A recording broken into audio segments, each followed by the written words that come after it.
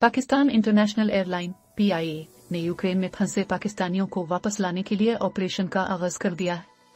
निजी TV express news के मुताबिक यूक्रेन जंग में फंसे पाकिस्तानियों के इनखला के मामले पर CEO PIA air marshal Arshad मुल्क और यूक्रेन में तैनात पाकिस्तानी सफीर मेजर जनरल रे नोएल खोखर के दरमियान राब्ता हुआ, जिसमें पाकिस्तानी शहरियों और तालिब इल्मों के महफूज इनखला पर बातचीत की गई। CEO PIA की पेशकश पर यूक्रेन में मौजूद 2000 पाकिस्तानी तालिब इल्मों की वतन वापसी के लिए ऑपरेशन तैयार कर लिया गया, जिस पर यूक्रेन में तैनात पाकिस्तानी सफीर ने तमाम पाकिस्तानी तालिब इल्मों को यूक्रेन के शहर ट्रिनविपल में जमा होने की हिदायत कर दी है।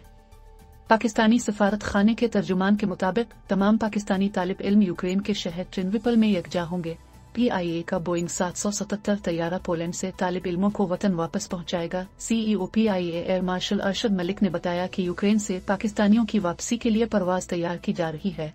तालिब इल्मों के पोलैंड पहुंचते ही तैयारे को रवाना कर दिया जाएगा। उन्होंने कहा कि हम वतनों को उनके घरों तक वापस पहुंचाने के लिए हर मुमकिन इक़दामात करेंगे।